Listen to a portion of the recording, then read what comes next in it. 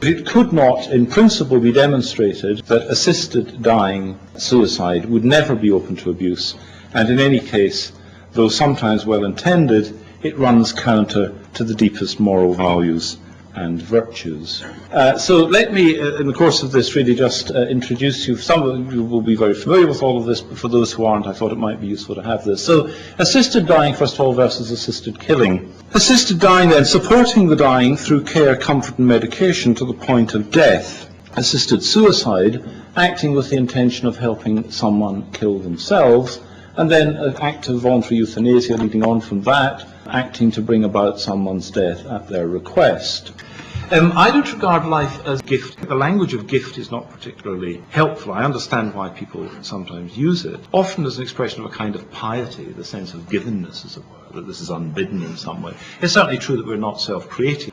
We didn't bring ourselves into being, and so I think some people's natural response, whether it be religious or otherwise, is to somehow think of life as something that is received. Nor do I regard life as a right. I mean, again, I'm not even sure what that would mean to say that life was a right, as if it was something that could be claimed in its absence. I'd say that life is a fact, and what I have been keen to emphasize is a certain kind of realism, which is to say an ethical realism in the following sense, that the ethical has to be shaped in the face of vulnerabilities, contingencies, the fact that our lives are dependent upon one another, they're shared with one another, and so on.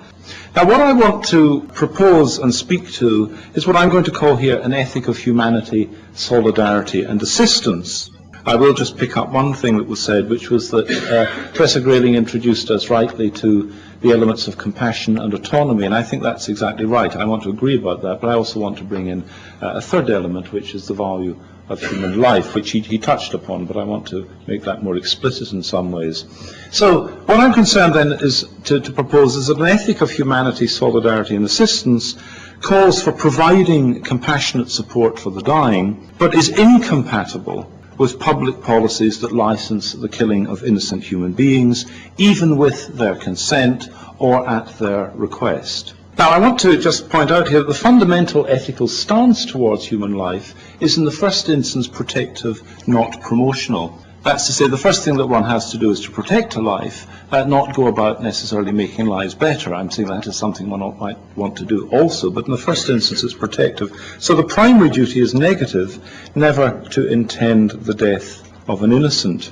And here, for your interest, I'm not going to dwell on these, but there are three quotations from philosophers of the 20th century, rather interesting ones, beginning with Simone Weil, passing through Martha Nussbaum, and then on to Honora O'Neill. I will just draw your attention particularly to the Honora O'Neill, but what each of these touches upon is the aspect of human vulnerability. Legalizing assisted dying, that's to say assisted suicide, amounts to adopting a principle of indifference, writes O'Neill, towards a special and acute form of vulnerability.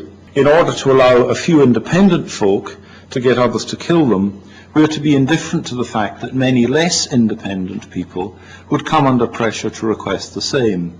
Indifference to others may appeal to those with an exalted view of their own independence, but it's not a principle for those who are vulnerable and need others' help. Assisted suicide in the UK law, just briefly again for your information to situate this, a very brief history pointing, I think, however, to some important truths. This matter has had more attention within the British legislative framework than probably ever anywhere else in the world. The starting point in recent times is the 1961 Suicide Act, which prohibits aiding and abetting suicide. It's in terms of that criminal proceedings would be brought.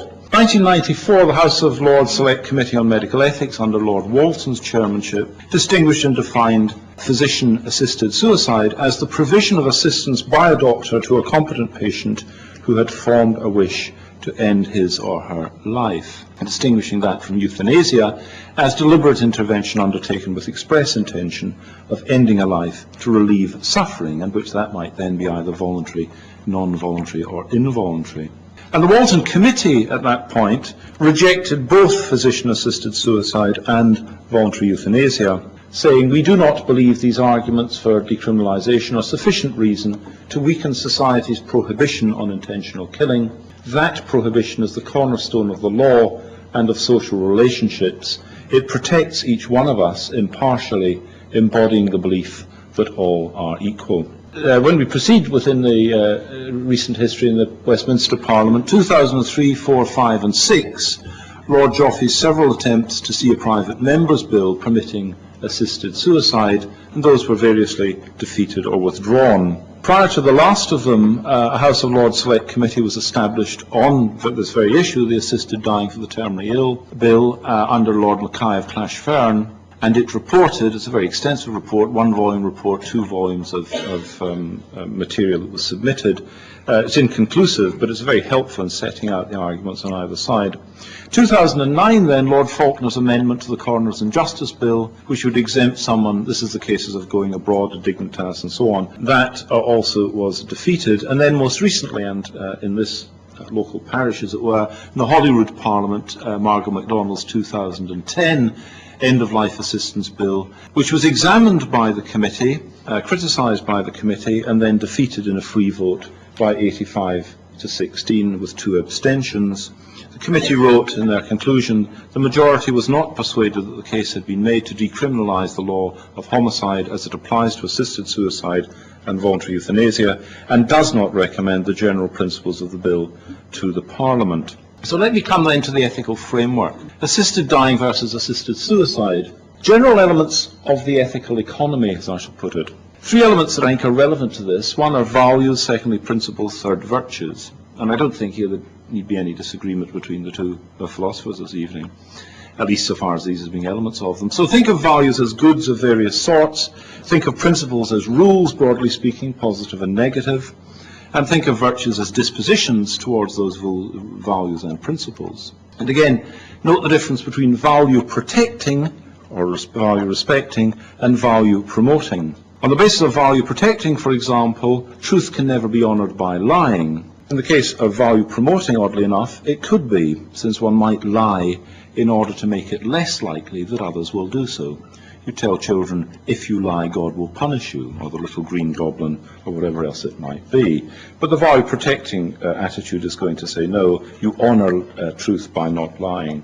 Now, assisted dying versus assisted suicide. Continuing with the ethical framework, I want to come to 3 elements, and 2 of these have been touched on already.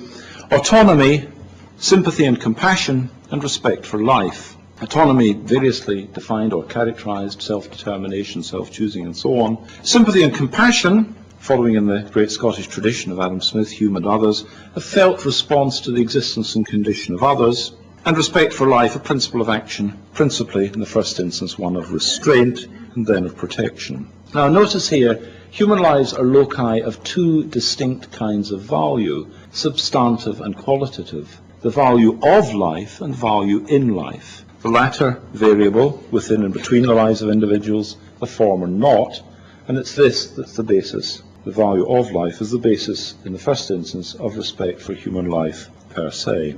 Now, turning to these, if I just go back to that, so autonomy, sympathy and compassion, respect for life. Turning first of all then to autonomy, 2 problems with autonomy. This is not reason to reject autonomy, but to recognise difficulties. One is defining it, and the other one is determining its scope. With regard to definition, I mean, I'm not going to dwell on this. It's well known that there's a multitude of attempts to define it. It is, in fact, in philosophers' jargon, an essentially contested concept. Independence, self-formation, self-determination, self-assertion, and so on. So let me turn to scope, though the difficulty of defining it is material to the issue. Scope, it's not an unrestricted, and again this was allowed, it's not an unrestricted or overriding value in relation to others. For example, in connection with Mill's discussions of liberty, it has to be compatible with the autonomy of others and can't co-opt them for its own sake. Secondly, it has to recognise the fact of mutual dependence and commonality. Not every good that I have to consider is my good, and part of my good, in any case, derives from the common good, the shared common good of all. Thirdly, it has to be responsive to and respectful of other values, of other principles and of other virtues. The right to choose, obviously, does not make, thereby, what is chosen right. Autonomy can be wrongly exercised. And here's a couple of examples of when autonomy goes wrong. One, a case, or touches on a case which was discussed in Scotland, voluntary amputation. There are people who seek to have healthy limbs removed, surgically removed. This is a case of somebody becoming an amputee. If becoming an amputee made a person happy or even mentally stable, should we stand in their way to such happiness or stability? This is by an amputee, this is written. This is a famous amputee from the UK who decided to lie down on a railway track and drink himself into unconsciousness. When he woke, he was an amputee. This person was frustrated enough with the medical community to take these drastic steps. They were declining to amputate a healthy limb. Voluntary murder, some of you will remember this case. The Armin News advertised on the internet for a young, well-built man who wanted to be eaten. Brandes replied, the unprecedented case proved problematic for German lawyers, who discovered that cannibalism is not illegal in Germany. No great surprise there, I suppose. Instead, they charged him with murder for the purposes of sexual pleasure and with disturbing the peace of the dead. The accused, however, gave the defense that his victim actually agreed to be killed and eaten. What's interesting also about this is that after that, the German cannibal met 5 other men who responded to his internet advert. Voluntary slavery, voluntary female genital mutilation, voluntary euthanasia and assisted suicide. It seems to me in each case we have to ask the question that somebody chooses to exercise their autonomy is not in and of itself sufficient. We have to make a judgment. Thinking about these matters, it's a reflection of a broader feature of our culture, which is a kind of, I don't want to put it in terms of consumerism, but it is a culture of high expectation, if I can put it that way, that we've become used to complaining if things actually aren't as we want them to be.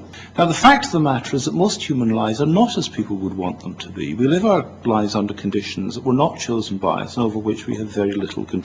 I think that this is an invitation to slide away from the difficult, to ease ourselves out of ethical positions or ethical challenges by simply bringing the circumstance to an end. And I don't think that's in the interest of human values more extensively. It is very difficult to affirm life all the way through to its final and often horrible stages.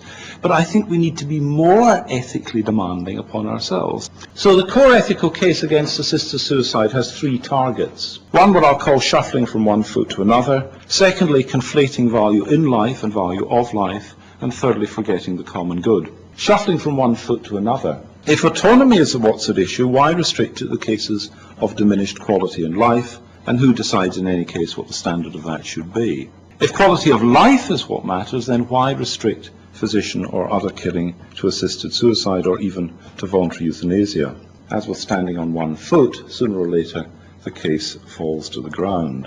Secondly, conflating value in life and value of life. Why confine sympathy and compassion to the promotion of positive experiences and the elimination of negative ones? The deepest virtues attach to affirming life in circumstances of suffering and of death. Life is still to be affirmed even in its worst condition. There is still something at the heart of that to be acknowledged and respected, which is life itself, the life of an individual themselves. Finally, forgetting the common good. Assisted suicide draws others into the practice of killing, both as agents, doctors, nurses, relatives, friends and strangers, and as patients, the insecure, the unassertive, the dependent, the asset and inheritance holders, the resource and care consumers. What I should do ought to take account of others, and sometimes that means enduring in order that others not do wrong or that others not be wronged. Sometimes one has to sacrifice one's own state in order to secure the protection of others, both that they not be co-opted into doing wrong or that others be wronged. So conclusions. First of all then, ethics is not just about making good. It involves living with the bad. An ethics of solidarity, as described by Simone Weil, Martha Nussbaum and Honora O'Neill in the quotations I provided you, an ethics of solidarity, humanity and assistance point to assisting people in their dying, not bringing about that death, not killing them. Secondly then, it could not in principle be demonstrated that assisted dying of suicide would never be open to abuse. It simply could not be demonstrated. And in any case, though sometimes well intended, it runs counter to the deepest moral values and virtues.